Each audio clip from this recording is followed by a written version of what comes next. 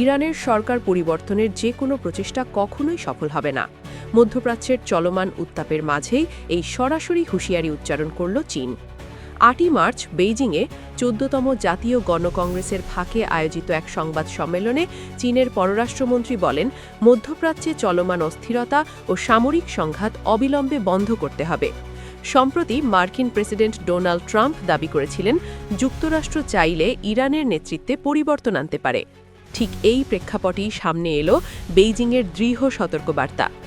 এমন পরিস্থিতিতে প্রশ্ন উঠছে, ইরান ইসরায়েল সংঘাত থামাতে চীন কি সরাসরি মধ্যস্থতার ভূমিকায় অবতীর্ণ হবে? পররাষ্ট্রমন্ত্রী বলেন, চীনের অবস্থান সবসময় ন্যায্য ও নিরপেক্ষ। আমরা বারবার আমাদের মূল নীতি ঘোষণা করেছি, যুদ্ধ বন্ধ করা এবং সংঘাতের অবসান ঘটানো। প্রাচীন চীনা প্রজ্ঞা বলে, অস্ত্র এক ভয়ঙ্কর বস্তু, বিবেচনা ছাড়া তার ব্যবহার কখনো উচিত নয়। মধ্যপ্রাচ্য এখন এক জ্বলন্ত সংকটের মধ্যে নিমজ্জিত। এটি এমন একটি যুদ্ধ যা কখনোই শুরু হওয়া উচিত ছিল না, এবং এই সংঘাত কোনো পক্ষেরই কোনো কল্যাণ করেনি। মধ্যপ্রাচ্যের ইতিহাস বিশ্বকে আবারও মনে করিয়ে দিচ্ছে যে সামরিক শক্তি দিয়ে সমস্যার স্থায়ী সমাধান হয় না। অস্ত্রের ব্যবহার কেবল নতুন বিদ্বেষ ও সংকটের জন্ম দেয়। চীন আবারও সকল পক্ষের প্রতি আহ্বান জানাচ্ছে, সামরিক অভিযান অবিলম্বে বন্ধ করতে হবে, যাতে পরিস্থিতি আরও অবনতির দিকে না যায় এবং সংঘাত অন্য অঞ্চলে ছড়িয়ে না পড়ে। মার্কিন ও ইসরায়েলি হামলার মধ্যেও চীন বারবার একটাই বার্তা দিয়ে এসেছে, যুদ্ধ কোনো সমাধান দেয় না, বরং নতুন সংকটের দরজা খুলে দেয়। মধ্যপ্রাচ্যের দেশগুলো নিজেরাই নিজেদের ভবিষ্যৎ নির্ধারণ করবে, বাইরের কোনো চাপ বা হস্তক্ষেপ নয়। এর আগে ইরানের সর্বোচ্চ ধর্মীয় নেতা আয়াতুল্লাহ আলী খামেনির হত্যার তীব্র নিন্দা জানিয়েছে চীন। এই অবস্থায় মধ্যপ্রাচ্যের শান্তি প্রতিষ্ঠার ওপর জোর দিয়ে বেইজিং স্পষ্ট ইঙ্গিত দিচ্ছে যে ইরানে বিদেশি হস্তক্ষেপ বন্ধ করা এখন অত্যন্ত জরুরি।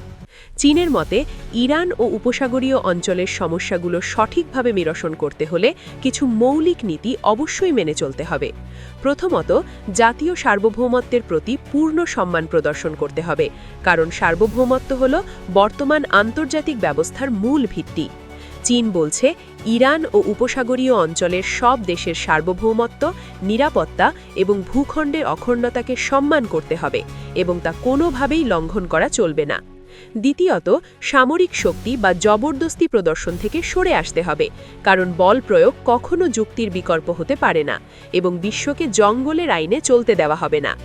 ইরানের ইসলামী সরকার পরিবর্তনের বিষয়ে মার্কিন প্রেসিডেন্ট ট্রাম্প বিভিন্ন সময় পরোক্ষ ইঙ্গিত দিয়ে এসেছেন। তবে গোয়েন্দা সূত্রের তথ্য বলছে, বড় ধরনের সামরিক অভিযানও ইরানের সুদৃঢ় সামরিক ও ধর্মীয় কাঠামো ভেঙে দিতে সক্ষম হবে না। মার্কিন জাতীয় গোয়েন্দা কাউন্সিলের প্রতিবেদনেও বলা হয়েছে, এ ধরনের কোনো পরিকল্পনা বাস্তবায়ন করা অত্যন্ত কঠিন।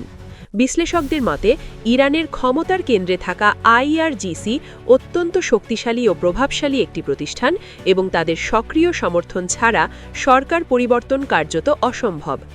তেহরানের সঙ্গে বেইজিংয়ের সম্পর্ক শুধু দ্রুতনৈতিক নয়, অর্থনৈতিক ক্ষেত্রেও অত্যন্ত গভীর ও বহুমাত্রিক। এই দৃঢ় সম্পর্কের কারণে যুদ্ধবন্ধে চীনের সক্রিয় ভূমিকা গ্রহণ বর্তমান উত্তপ্ত পরিস্থিতিকে কিছুটা হলেও প্রশমিত করতে পারে বলে আশা করছেন বিশেষজ্ঞরা।